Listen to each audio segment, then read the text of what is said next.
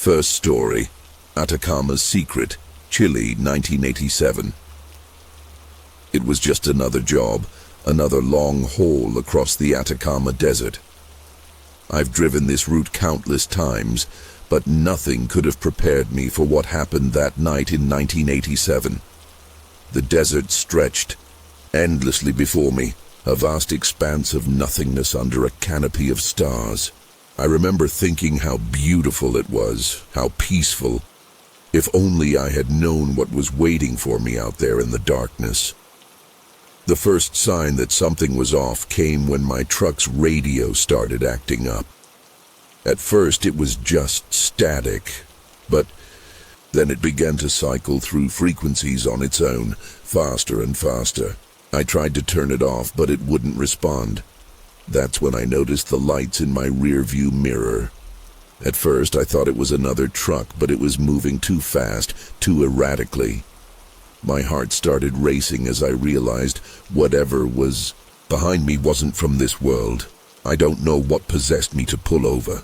Maybe it was curiosity, or maybe some part of me knew what was coming and knew it was pointless to run. As soon as I stepped out of the cab, I felt it. A strange heaviness in the air, like the moment before a thunderstorm. The lights were getting closer now, and I could see they weren't headlights at all, but something else entirely. Suddenly, a beam of light shot down from the sky, pinning me in place. I couldn't move, couldn't even blink. It was like my entire body had turned to stone. The light was so bright it hurt my eyes, but I couldn't look away. That's when I saw them. They emerged from the light, tall figures with skin so pale it was almost translucent. Their eyes, God, their eyes, black as the void between stars, and just as empty. I wanted to scream, to run, but my body wouldn't respond. I was completely at their mercy. The next thing I remember is being inside their ship. The walls pulsed with an otherworldly light, and there was a constant low hum that seemed to vibrate through my bones. They had me strapped to some kind of table, cold metal against my skin. I could move my eyes now, but the rest of my body was still paralyzed. The beings moved around me, their movements fluid and unsettling. They didn't speak, at least not in any way I could understand, but somehow I knew they were communicating with each other. One of them approached me with what looked like a long, thin needle. I felt a sharp pain in my arm as they drew blood. I wanted to ask why, what they wanted from me, but no words would come. The fear was overwhelming, choking me more effectively than any gag. As they continued their examination, I caught glimpses of strange instruments, things I couldn't even begin to comprehend. The air in the ship was thick and oddly sweet, making me feel dizzy and disoriented. Time seemed to stretch and warp, and I had no idea how long I'd been there. Minutes, hours, days, it all blurred together in a nightmarish haze. As the examination continued, I felt a growing sense of violation and helplessness. These beings, with their cold, clinical touches, were probing and analyzing every inch of my body without any regard for my comfort or consent. I tried to focus on something, anything else, but the persistent hum of the ship and the occasional clicks and whirs of their instruments kept pulling me back to my horrifying reality. At one point, one of the aliens leaned in close to my face, its large black eyes seemingly peering into my very soul. I could see my own terrified reflection in those obsidian orbs, and for a moment I thought I detected a flicker of something. Curiosity, pity, I couldn't be sure. The being tilted its head slightly, almost as if it was trying to understand me as much as I was trying to understand it. Then, without warning, I felt a sharp, searing pain in my temple. It was as if someone had driven a white-hot needle directly into my brain. I wanted to scream, to thrash against my restraints, but my body remained frustratingly immobile. The pain subsided as quickly as it had come, leaving behind a strange tingling sensation and the unsettling feeling that something in my mind had been irrevocably changed. I'm not sure how long the examination lasted, but eventually, the aliens seemed to finish whatever it was they were doing. The straps holding me down retracted, and I found I could move again, though my limbs felt heavy and uncooperative. One of the beings gestured for me to stand, and I complied, my legs shaking.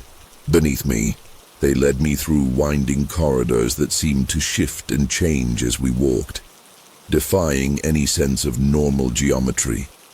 The walls pulsed with that same eerie light, and I couldn't shake the feeling that the ship itself was alive somehow. We came to a room that I can only describe as some kind of observation deck. Through a large, curved window, I could see the earth below us, a beautiful blue marble suspended in the infinite blackness of space.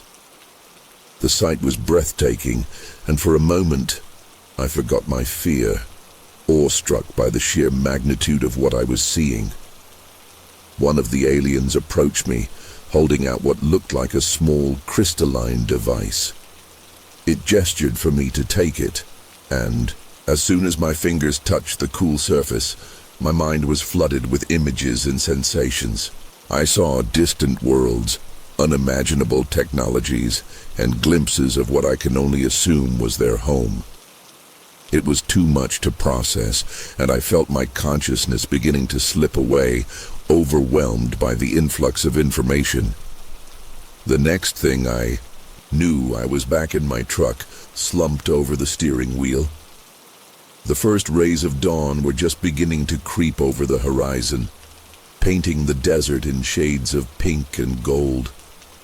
For a moment I thought it had all been a dream, some kind of hallucination brought on by too many hours on the road.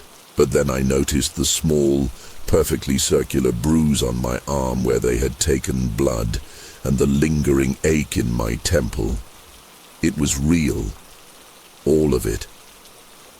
I sat there for a long time, trying to make sense of what had happened to me. My mind felt foggy, and there were gaps in my memory that I couldn't quite fill. I knew I should report this, tell someone what had happened, but who would believe me? I could already imagine the skeptical looks, the accusations of lying or being crazy. And part of me was terrified that if I spoke out, they might come back for me. So I started the truck and continued on my route, trying to push the events of the night to the back of my mind. But I couldn't shake the feeling that I had been fundamentally changed by the experience. In the days and weeks that followed, I found myself plagued by vivid nightmares of the abduction. I'd wake up in a cold sweat, the phantom sensation of their touch still lingering on my skin. My body ached in ways I couldn't explain, and I found myself struggling with bouts of inexplicable anxiety and paranoia. The aftermath of my abduction was a nightmare in itself. I couldn't shake the feeling of being watched, constantly looking over my shoulder for signs of their return. Sleep became a luxury I could rarely afford, as every time I closed my eyes, I was back on that cold metal table surrounded by those emotionless black eyes. I tried to go about my life as normally as possible, but everything had changed. The world around me seemed muted somehow, less real than the memories of what I'd experienced on that ship. I found myself staring at the night sky for hours, a mixture of fear and longing churning in my gut. Part of me was terrified they'd come back, while another part desperately wanted answers to the countless questions swirling in my mind. What did they want? Why me? What was the purpose of their tests? The not knowing was almost as bad as the experience itself.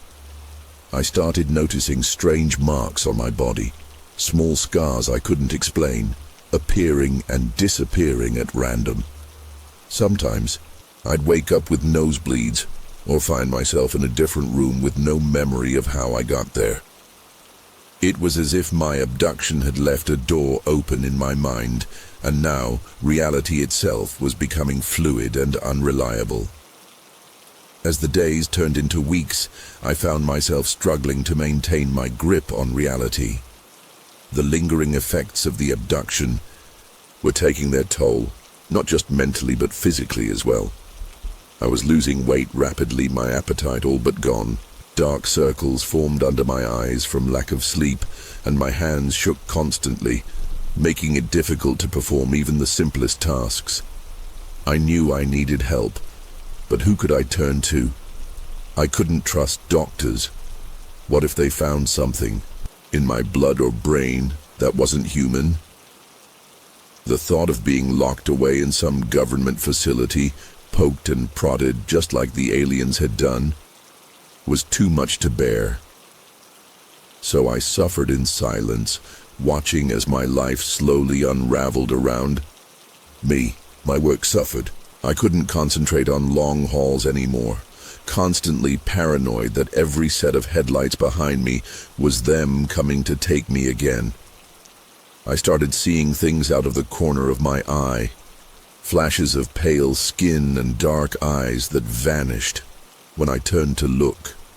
Was I going crazy, or were they still watching me?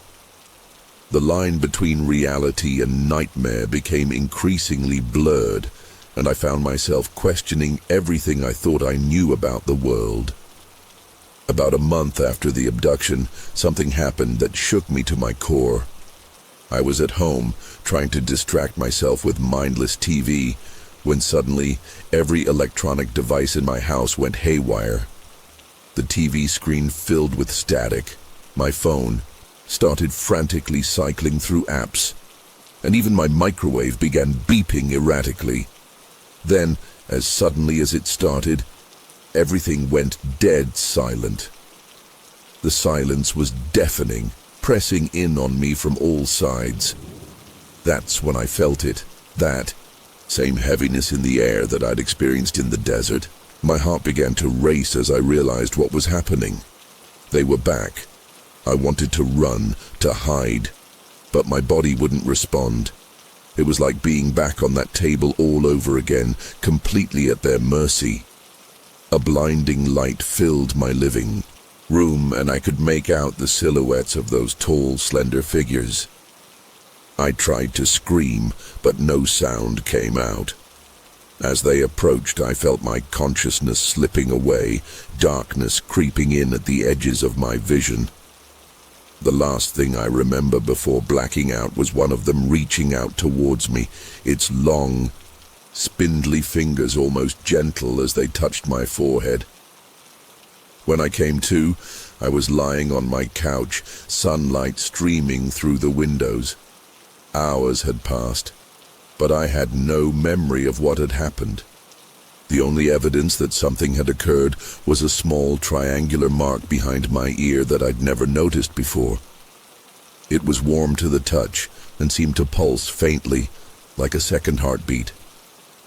The incident in my home marked a turning point. I couldn't keep this to myself anymore. The weight of my secret was crushing me. With shaking hands, I picked up the phone and called the local news station. I half expected them to laugh me off, but to my surprise, they seemed interested. Maybe it was the desperation in my voice, or maybe they were just hungry for a sensational story. Either way, they agreed to interview me. The day of the interview, I was a mess of nerves. I hadn't slept in days, jumping at every shadow and sound. As I sat under the bright studio lights, I could feel sweat trickling down my back. The interviewer's voice seemed to come from far away as she asked me to recount my experience. I took a deep breath and started talking, the words pouring out of me like a flood. I told them everything. The desert, The ship, the examinations, the recurring visits. As I spoke, I could see the skepticism in their eyes, but I pressed on. I needed someone, anyone, to believe me. When I finished, there was a long silence. The interviewer exchanged glances with her crew, and I could practically see the wheels turning in their heads, trying to decide if I was a crackpot or if they had a real story on their hands. The aftermath of the interview was worse than I could have imagined. The story aired, and overnight, my life became a circus. Reporters camped outside my house, shouting questions every time I stepped outside. My phone rang constantly with calls from UFO enthusiasts, skeptics, and people claiming to be government agents. Some believed me, treating me like some kind of messiah with secret knowledge of the universe. Others were cruel, accusing me of being a liar or a lunatic. The local authorities were no help, dismissing my claims outright and suggesting I seek psychiatric help. I felt more alone than ever, trapped between those who thought I was crazy and those who wanted to use me for their own agendas. My family and friends started to distance themselves, embarrassed by the attention and unsure how to deal with what I was claiming. I lost my job. No one wanted to hire a truck driver who claimed to have been abducted by aliens. My life was falling apart, and I began to wonder if I'd made a huge mistake by coming forward. But even as doubt gnawed at me, I couldn't shake the bone-deep certainty of what I'd experienced. The memory of those black eyes haunted me, a constant reminder that what I'd seen was real, no matter what anyone else believed. As the media frenzy began to die down, I found myself grappling with a new, unsettling reality. The world had moved on, dismissing my story as just another crackpot claim. But I was forever changed. I started noticing things I hadn't before. Patterns in nature that seemed too perfect to be random, strange lights in the sky that moved in ways no human aircraft could. It was as if the abduction had tuned me into a frequency of reality that most people couldn't perceive. I began having vivid dreams, not just of my abduction, but of places I'd never seen. Alien landscapes with impossible geometries and colors that didn't exist on Earth. Sometimes I'd wake up with my fingers moving, of their own accord, tracing complex symbols in the air that I didn't understand, but somehow felt important. I tried to draw them, filling notebook after notebook with intricate designs that made my head hurt if I stared at them too long. Part of me wondered if this was all just a manifestation of trauma, my mind's way of coping with what had happened. But another part, a part that grew stronger every day, knew that these visions were more than just dreams. They were messages, breadcrumbs leading to a truth so vast and terrifying that my human mind could barely begin to comprehend it. As months passed, I found myself drawn to the desert where it all began. Something was calling me back, a pull I couldn't explain or resist. I quit my job, sold most of my possessions, and hit the road in my old pickup truck. The journey was long and lonely, but with each mile I felt a growing sense of anticipation. When I finally reached the spot where I'd been taken, I was overwhelmed by a flood of emotions: fear, excitement, dread, and a strange sense of homecoming. I set up camp, determined to wait for something. I didn't know what, but I knew I had to be there. Days turned into weeks, and still I waited. I spent my time sketching the symbols from my dreams in the sand, watching as the wind erased them, only to draw them again. My food supplies dwindled, and the harsh desert sun took its toll, but I couldn't leave. Not yet. One night, as I sat by my dying campfire, I saw a flash of light on the horizon. My heart began to race as I watched it grow closer, moving in that same impossible way I remembered from that fateful night. This was it. They were coming back for me.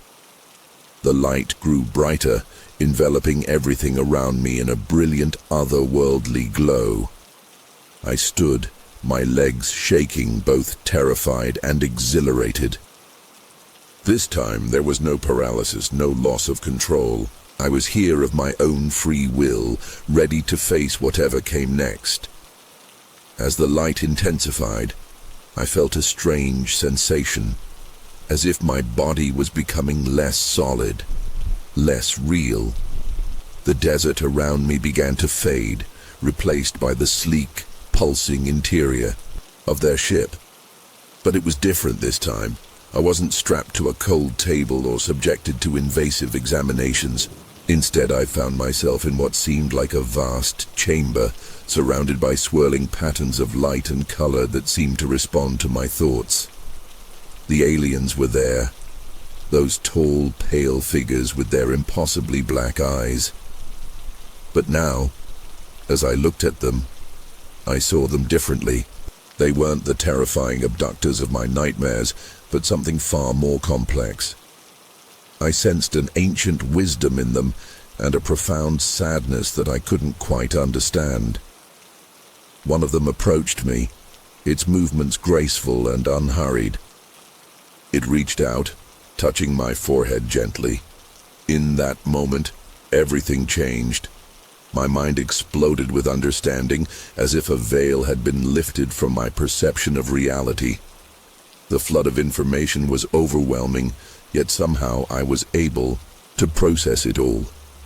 I saw the vastness of the universe, the countless civilizations spread across the galaxies. I understood that Earth was not unique in harboring life, but it was special in ways I never could have imagined.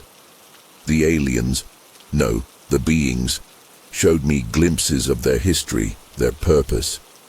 They were not invaders or experimenters, but guardians of a sort, watching over developing worlds, guiding them towards a greater cosmic awareness. My abduction, the tests, the recurring visits, they had all been part of a process, preparing me for this moment of revelation. As the last pieces fell into place, I felt a profound sense of peace wash over me. The fear and trauma of the past months melted away, replaced by an understanding that went beyond words. I knew that I could never fully explain this to anyone back home.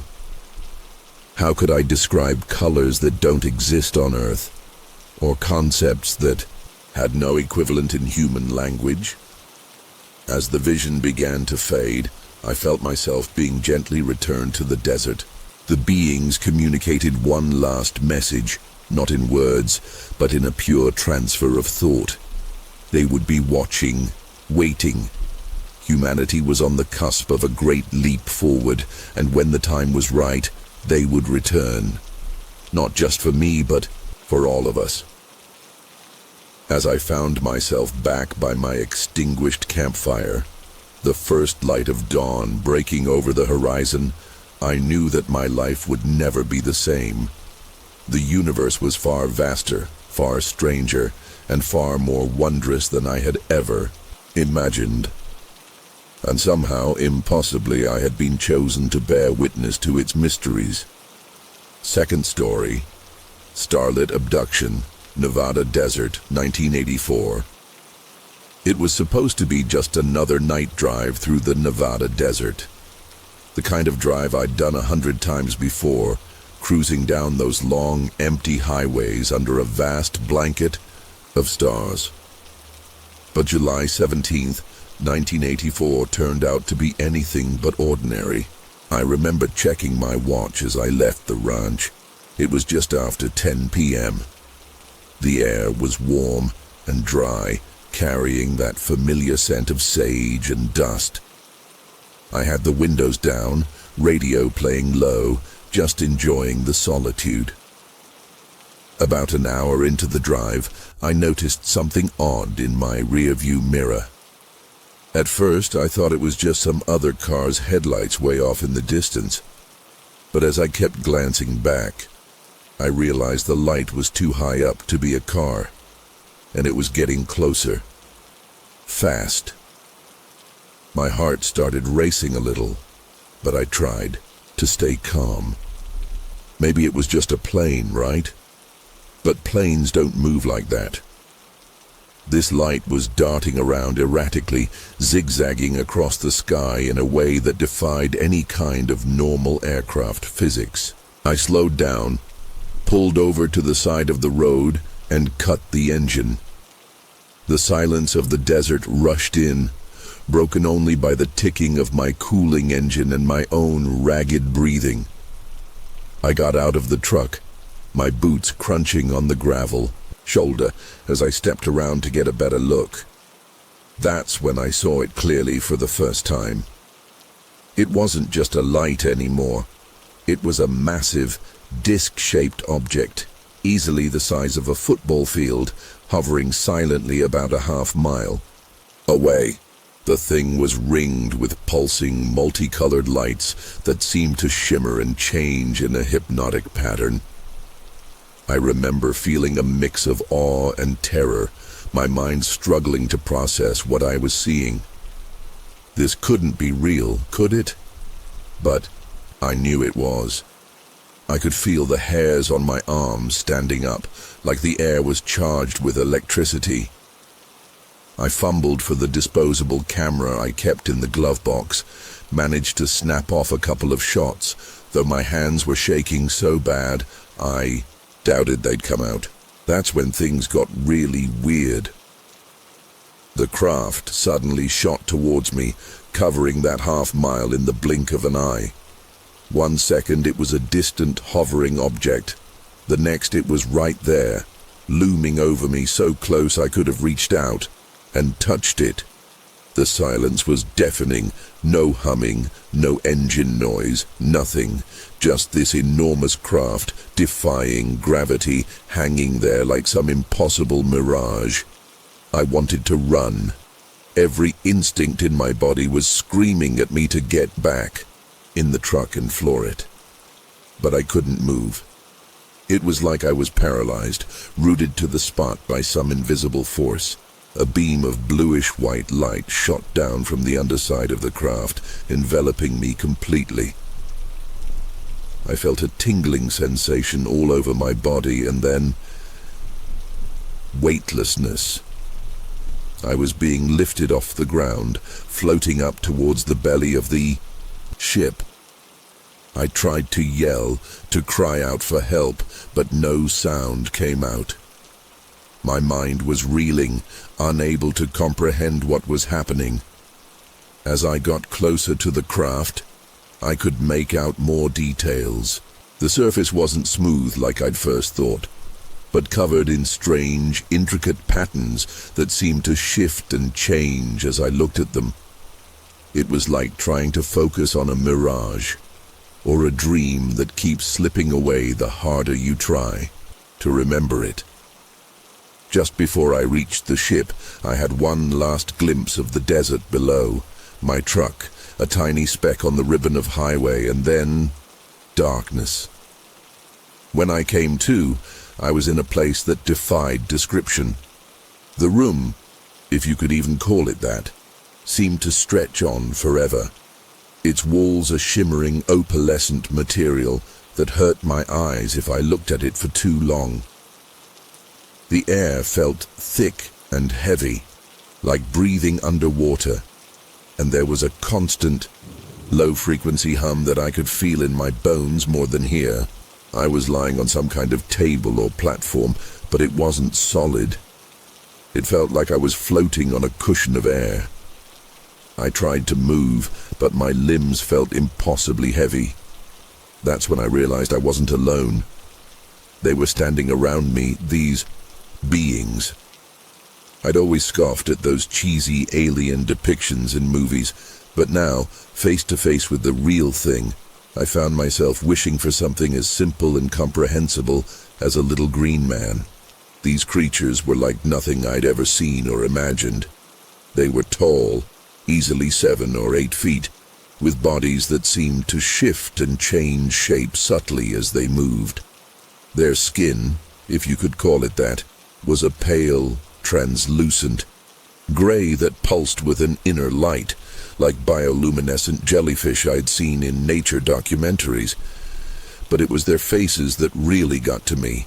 They had features that were vaguely humanoid, 2 eyes, a nose-like protrusion, a mouth, but everything was just off. The proportions were wrong, like a funhouse mirror reflection of a human face, and their eyes, God, those eyes.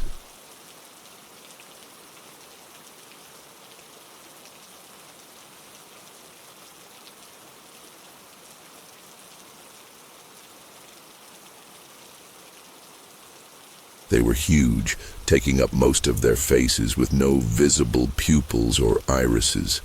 Just vast black pools that seemed to go on forever. When they looked at me, I felt like I was falling into an abyss. I could sense intelligence in those eyes, but it was so alien, so utterly foreign to anything I'd ever encountered, that it made me want to scream. One of them approached me, moving with an eerie, fluid grace that made me think of a snake. It reached out a hand, if you could call it that. It had too many fingers, long and spindly, with an extra joint in each one. As it touched my forehead, I felt a jolt of electricity course through my body. Suddenly my mind was flooded with images and sensations. I saw vast, swirling galaxies, planets I couldn't even begin to describe, and civilizations that boggled the mind.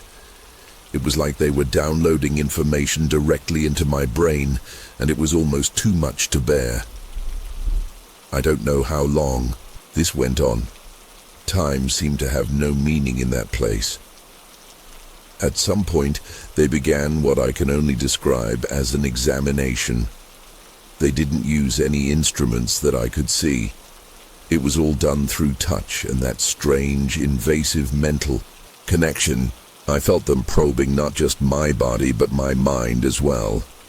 They seemed particularly interested in my memories, especially those related to my life on the ranch.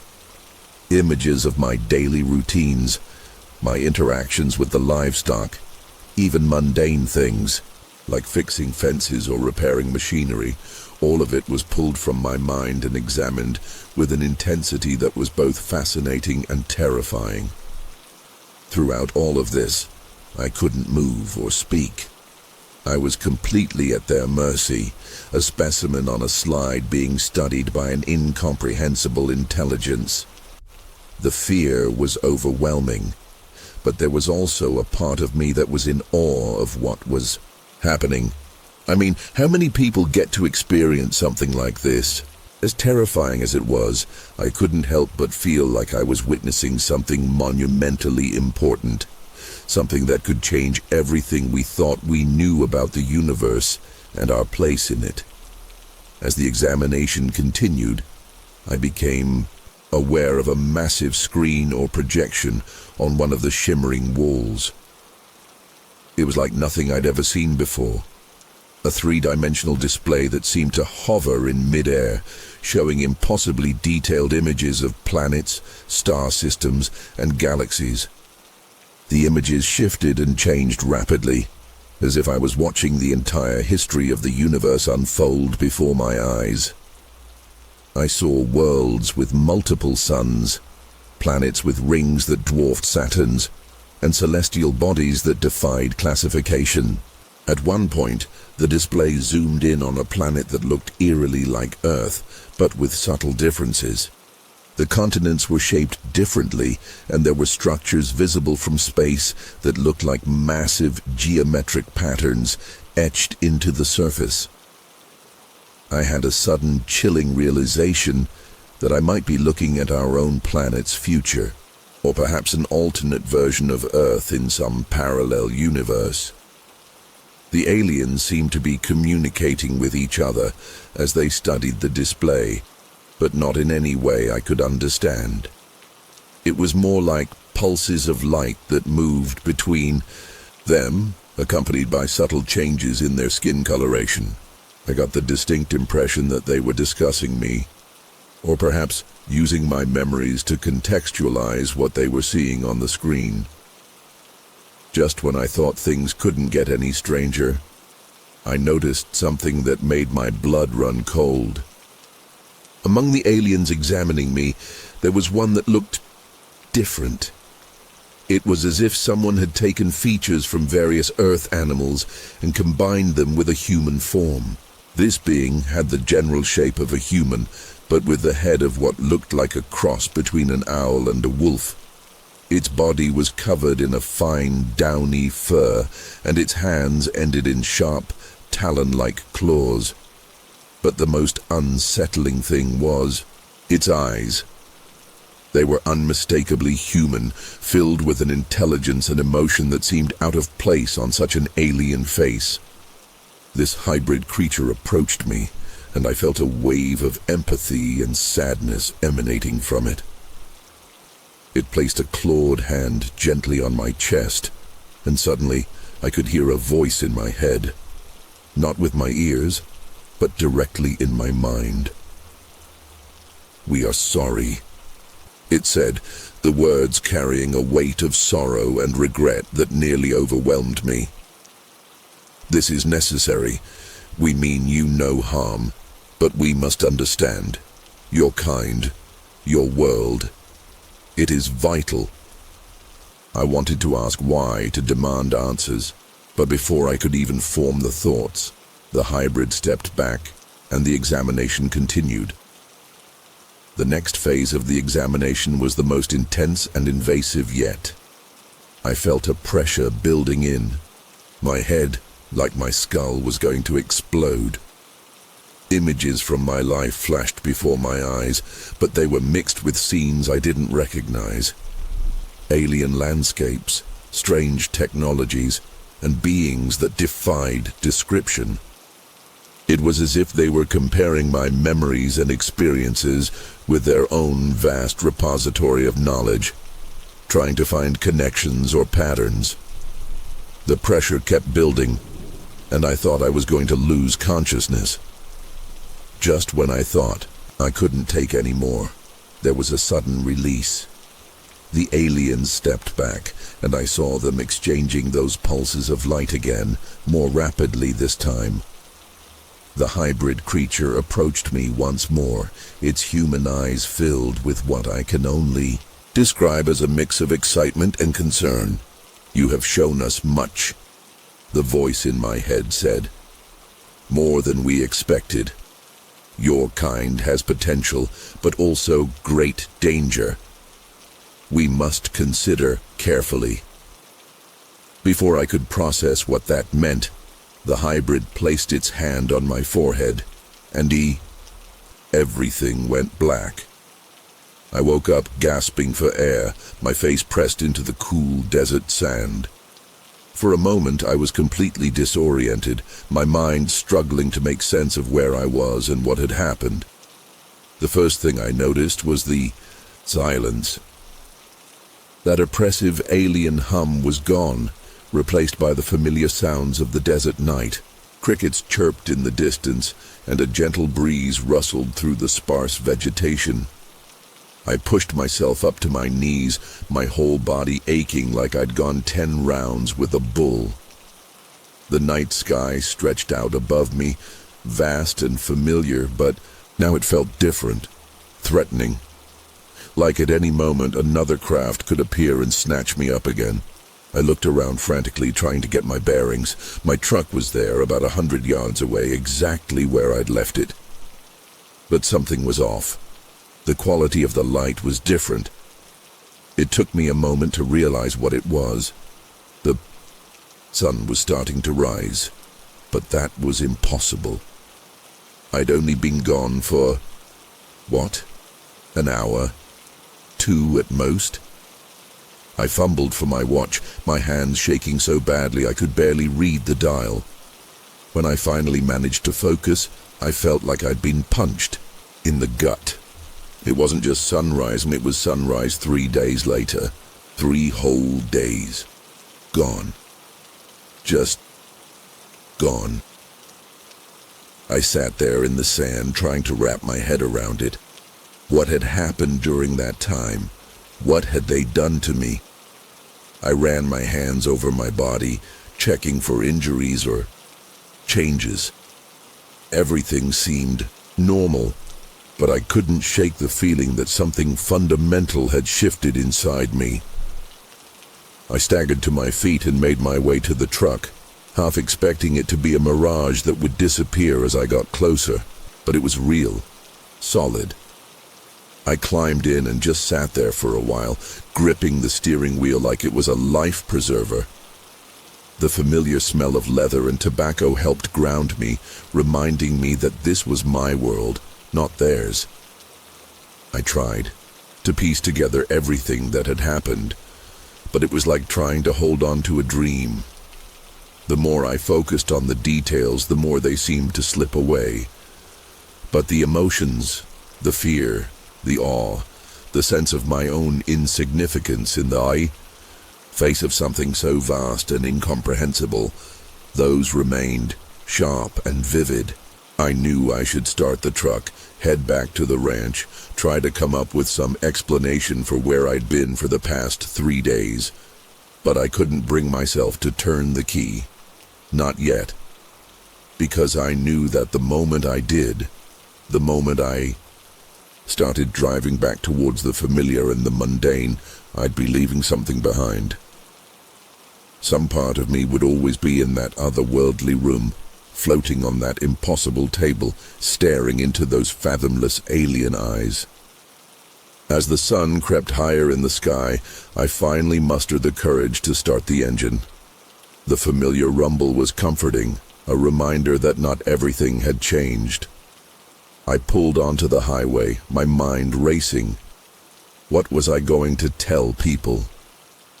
How could I possibly explain where I'd been? The thought of trying to describe what had happened to me, the craft, the beings, that hybrid creature, it all seemed impossible. Who would believe me? Hell, I wasn't even sure I believed it myself, and I'd lived through it. As I drove, I kept glancing in the rearview mirror, half expecting to see that glowing disc following me. But there was nothing but empty desert and clear blue sky. Yet I couldn't shake the feeling that I was being watched. It was like a prickling sensation on the back of my neck, a constant awareness that I was no longer just an anonymous rancher in the Nevada desert. I had been seen, studied, catalogued, and for what purpose? The hybrid's words echoed in my mind. Your kind has potential, but also great danger. What did that mean? Were we some kind of experiment to them? A potential threat? Or something else entirely? I realized I was gripping the steering wheel so tightly my knuckles had turned white. I forced myself to relax, to breathe. One problem at a time, I told myself. First, get home. Then figure out what to tell people. And then... What? How was I supposed to just go back to my normal life after this? The drive home felt surreal, like I was moving through a dream. The familiar landmarks of the desert, the oddly shaped rock formations, the lonely gas stations, the occasional cluster of Joshua trees, all seemed slightly off, as if they'd been rearranged while I was gone.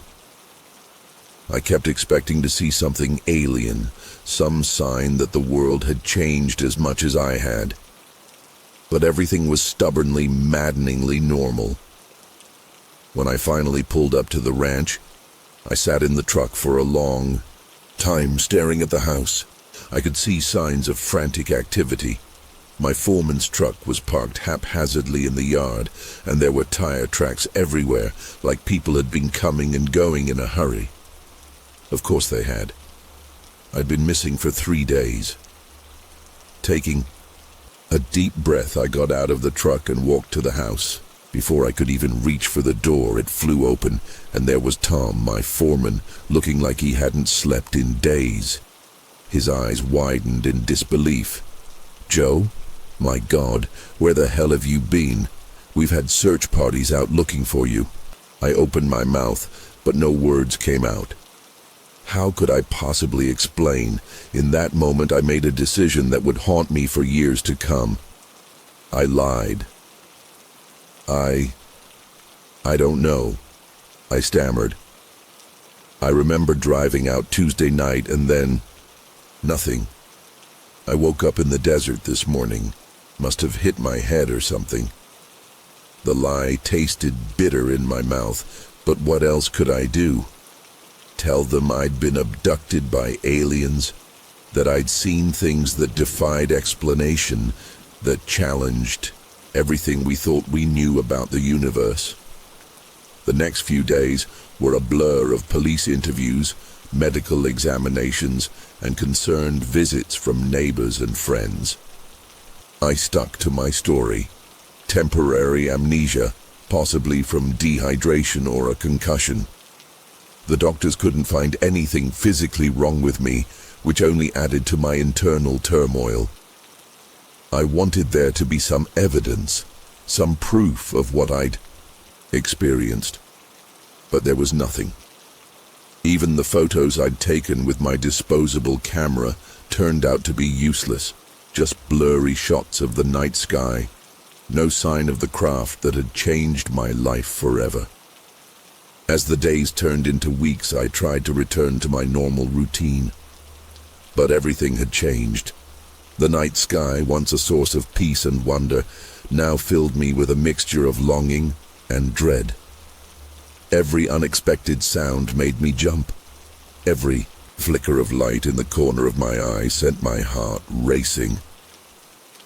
I found myself obsessively watching the news, searching for any reports of strange sightings or unexplained phenomena.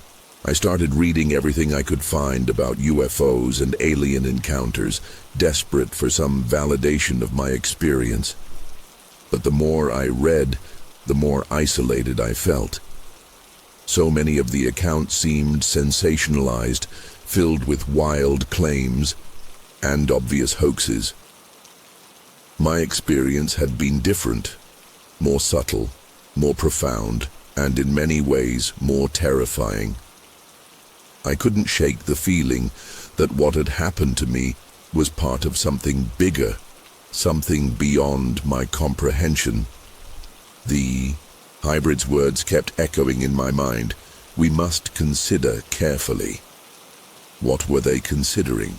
And what would happen when they reached their decision? Months passed, and slowly, life began to return to a semblance of normality. But I was changed, irrevocably. I found myself looking at the world differently, seeing the interconnectedness of things in a way I never had before. The images of alien worlds and distant galaxies were seared into my memory, a constant reminder of how vast and strange the universe truly was. I began to notice things I'd never paid attention to before, patterns in nature that seemed to echo the intricate designs I'd seen on the alien craft, fleeting shadows that moved in ways that defied physics. Was I going crazy, or had my encounter somehow altered my perception? I couldn't be sure. What I did know was that I couldn't keep this to myself any longer. The weight of the secret was crushing me. That's why I'm writing this now, sharing my story with this community. I don't expect everyone to believe me. Hell, there are days I'm not sure I believe it myself. But I know what I experienced was real. Those beings that craft the hybrid, they're out there. And they're watching us, studying us. For what purpose, I don't know. But I do know this. We are not alone in the universe. And we are not at the top of the cosmic food chain. There are things out there beyond our comprehension, intelligences that view us the way we might view ants. And someday, they may decide to make their presence known to all of us. When that day comes, I hope we're ready, because I've seen what's out there. And trust me, we have no idea what we're dealing with. Third story. The Farmer's Alien Encounter, Sonora Desert, Mexico, 1972. It was just another day on the farm when I decided to take a trip through the Sonora Desert. Little did I know that this routine journey would change my life forever. The Taichu sun was setting, painting the sky in hues of orange and purple as I drove my beat-up pickup truck along the dusty road. The radio was playing some old Mexican folk songs, and I was humming along, thinking about the crops I needed to tend to. When I got back home, the desert stretched out endlessly on both sides, cacti and shrubs dotting the landscape. I've always loved the peace and quiet out here, away from the hustle and bustle of the city. But as the sky grew darker, an uneasy feeling started to creep over me. It was like a heaviness in the air, a tension I couldn't explain. I shook it off, chalking it up to tiredness from a long day's work. That's when I first noticed it, a faint glow on the horizon, different from the dying sunlight. At first I thought it might be headlights from an oncoming vehicle, but as it grew brighter and larger, I realized this was something else entirely. My heart started racing as the light approached at an impossible speed. It was blindingly bright, forcing me to squint and slow down my truck. Before I could even think about turning around, the light engulfed my vehicle. The engine sputtered and died, leaving me stranded in the middle of the desert road. Panic set in as I realized my radio had gone silent, and even my watch had stopped ticking. The silence was deafening, broken only by the sound of my ragged breathing. I gripped the steering wheel so hard, my knuckles turned white, trying to make sense of what was happening. That's when I felt it. A strange tingling sensation all over my body, like static electricity, but more intense. I tried to open the door, to run, to do anything, but my muscles wouldn't respond. It was as if I was frozen in place, a prisoner in my own body. The light grew even brighter, and I felt a strong upward pull. To my horror, I realized I was being lifted out of my truck, right through the roof, as if it wasn't even there. The next thing I knew, I was floating in a beam of light, rising higher and higher above the desert floor. My truck grew smaller beneath me, and I could see the vast expanse of the Sonora Desert spread out like a dark blanket, punctuated by the occasional twinkling light of a distant farm or village. The fear was overwhelming, unlike anything I had ever experienced before. I wanted to scream, to call for help, but no sound came out. As I ascended, I caught glimpse of something massive above me, a craft of some kind, metallic and disc-shaped, easily the size of a football field. It hovered silently, defying everything I knew about physics and aviation. The bottom of the craft opened up, revealing a bright interior, and I was pulled inside. The moment I crossed the threshold, everything changed. The gravity shifted, and I found myself standing upright in a sterile white room. The walls seemed to pulse with an otherworldly energy, and there was a humming sound that I felt more than heard. Before I could gather my wits, a door I hadn't noticed before slid open, and they entered, beings that would haunt my nightmares for years to come. The beings that entered the room were unlike anything I had ever seen before. They stood about 5 feet tall, with slender bodies and oversized heads. Their skin was a dark, ashen color, almost like charcoal, but with a smooth, almost metallic sheen to it. What struck me most were their eyes. Large, almond-shaped, and completely black, devoid of any pupils or irises. They seemed to bore right through me, as if they could read my very thoughts. Their faces were expressionless, making it impossible for me to gauge their intentions. I stood there, frozen in terror, as 3 of these creatures approached me. They moved with an eerie grace, almost gliding across the floor. I wanted to run, to fight, to do something, but my body wouldn't respond.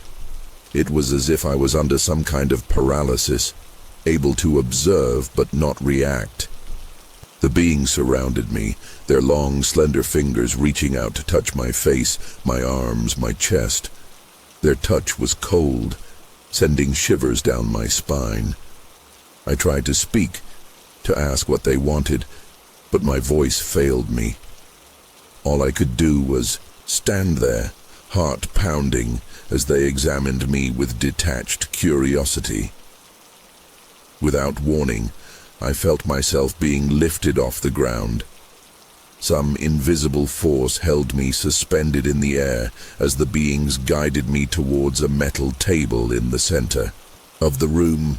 As I was lowered onto the cold surface, I caught a glimpse of various instruments and devices lining the walls.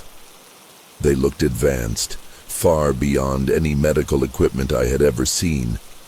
Panic surged through me as I realized what was about to happen. I wanted to thrash, to resist, but my body remained unresponsive. One of the beings approached with what looked like a thin, silver wand. It hummed to life, emitting a soft blue glow.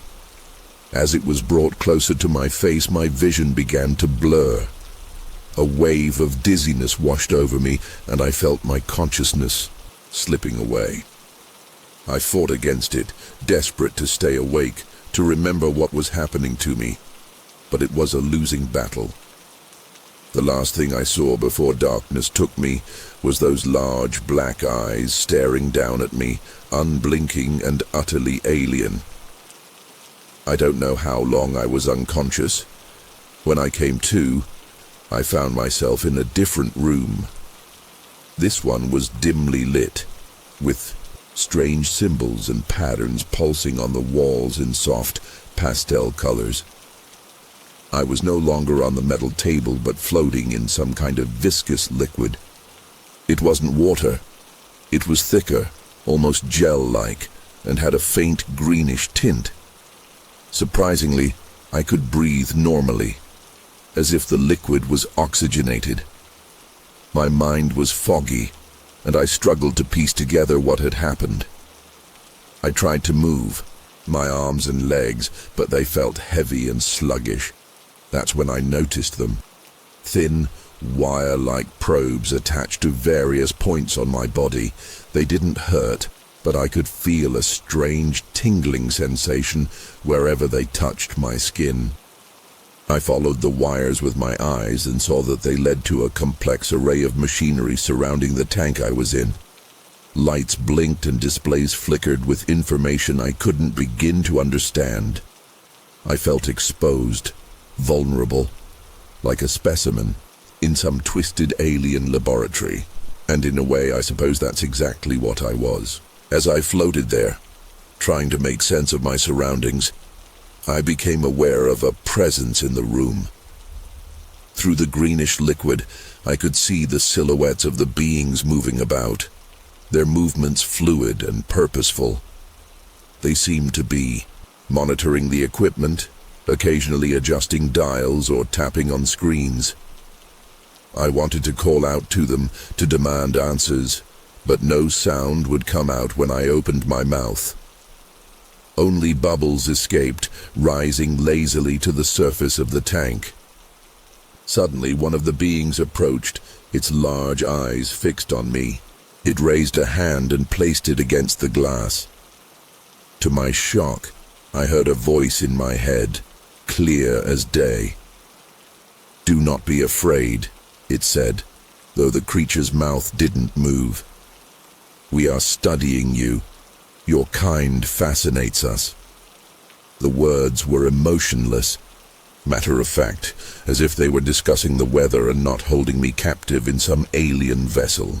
I tried to respond mentally to ask why they had taken me, but I couldn't tell if my thoughts were getting through.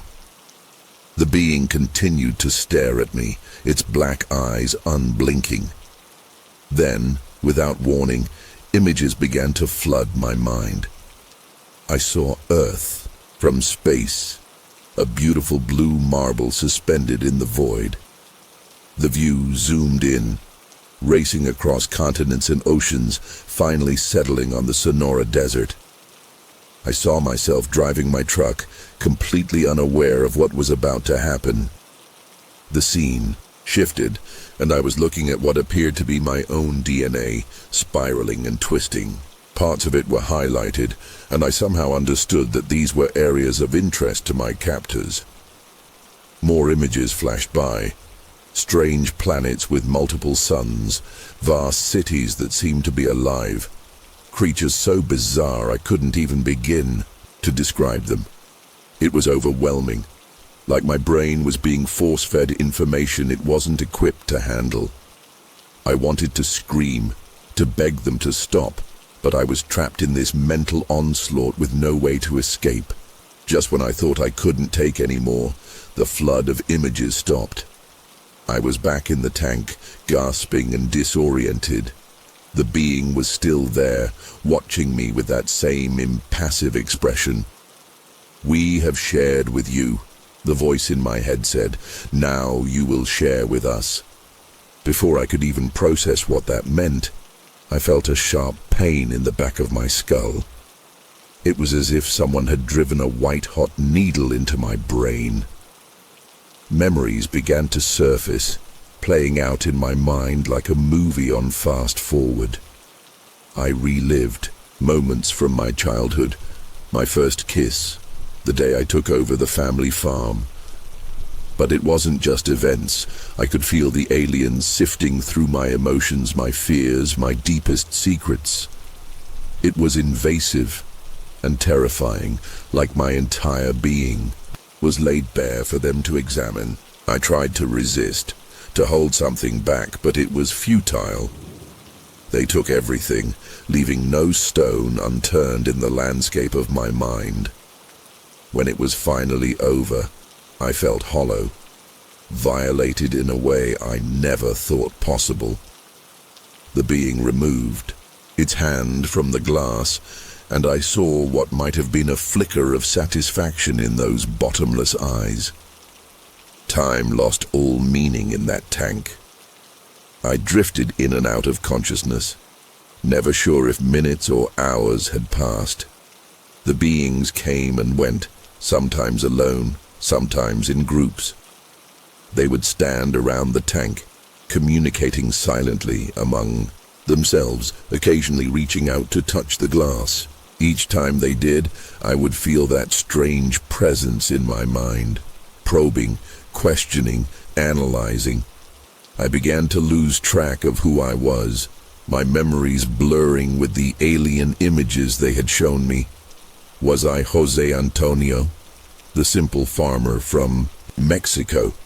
Or was I something else, some cosmic experiment floating in a sea of green? The constant hum of machinery became a backdrop to my existence, punctuated only by the occasional beep or whir of some unseen device. I tried to hold on to my sanity, to remember my life back on Earth, but it was slipping away like sand through my fingers. At some point, I couldn't tell you when, something changed. The liquid in the tank began to drain away, leaving me lying on the bottom, shivering and exposed. The wires detached themselves from my body, retracting into the walls of the container. I tried to stand, but my legs were weak, barely able to support my weight. That's when I noticed them, scars and marks on my body that hadn't been there before. There was a long, thin line running down my chest, perfectly straight and already healed. Small, circular marks dotted my arms and legs, each one a testament to whatever procedures they had performed on me. I ran my fingers over them, trying to make sense of what had been done to me. My skin felt different too, more sensitive, as if every nerve ending was on high alert. The door to the tank slid open with a soft hiss, and I stumbled out, collapsing onto the cold floor of the room. The beings were waiting for me, standing in a semicircle just a few feet away. They made no move to help me as I struggled to my feet, swaying unsteadily. One of them stepped forward, holding what looked like a small metallic cube. It placed the cube on the floor in front of me and stepped back. I stared at it, unsure of what to do. Then, without warning, the cube began to glow, projecting a holographic image into the air between us. I saw Earth again, but this time it was different. Storms raged across its surface, oceans rose, and entire cities were swallowed by the sea. I watched in horror as floods, fires, and chaos engulfed the planet. Then, just as suddenly, the image changed. The storms receded, the waters calmed, and a new world emerged, one of balance and harmony. I understood then that they were showing me two possible futures for Earth. The voice in my head returned clearer than ever. "You have been chosen," it said, "to warn, to prepare. The future is not set." Before I could ask what they meant, what I was supposed to do, a bright light enveloped me. I felt that strange lifting sensation again, and then darkness. I woke up in my truck, parked on the side of the desert road. The sun was just beginning to rise, painting the sky in shades of pink and gold. For a moment, I thought it had all been a vivid, terrifying dream. But then I felt the scars on my body, hidden beneath my clothes, and I knew it had been real. My watch was working again, showing that nearly 48 hours had passed since I first saw that strange light in the sky. I started the engine with shaking hands and began the drive home, my mind reeling from everything that had happened. As I drove, I tried to make sense of it all. What did they want from me? What was I supposed to do with the information they had given me? The images of Earth's possible futures haunted me, playing over and over in my mind. I felt a weight on my shoulders, a responsibility I never asked for and didn't know how to handle. When I finally reached my farm, my family was frantic. They had been searching for me, even called the police. I couldn't bring myself to tell them the truth. How could I explain something I barely understood myself? In the days and weeks that followed, I struggled to return to my normal life. But nothing felt normal anymore. The scars on my body served as a constant reminder of my experience, and I found myself obsessively checking the sky every night, both hoping and fearing to see that light again. I tried to talk to a few people about what had happened. My wife, a close friend, even a local priest. But I could see the doubt and concern in their eyes. They thought I was losing my mind, and honestly, there were times when I wondered if they might be right. The memories of my time on the ship began to fade, becoming hazy and dreamlike. But the message remained clear. I had been chosen to warn others, to prepare them for what was coming. But how? Who would believe me? I was just a simple farmer, not some great leader or scientist. The burden of this knowledge weighed heavily on me, keeping me awake at night and distracted during the day. It's been years since that night in the Sonora Desert, and I still don't have all the answers. Sometimes, I wonder if I ever will. I've tried to fulfill the mission given to me in small ways, encouraging sustainable farming practices, warning about climate change, urging people to take better care of our planet. But it never feels like enough. The visions of Earth's possible futures still haunt my dreams, driving me to do more, to somehow make a difference. I've connected with others who claim to have had similar experiences, finding some comfort in knowing I'm not alone. But there's always a part of me that remains on that ship, floating in that tank, forever changed by what I saw and learned. I don't know if they'll ever come back for me, or if I'll ever fully understand why I was chosen. All I know is that my life was, irrevocably altered that night in the desert. The Jose Antonio, who drove into the Sonora Desert that evening, never really came back. In his place is a man with a message, a warning, and a burden that I'll carry for the rest of my days. To those who read this, I can only say, look to the skies, but more importantly, look to our Earth.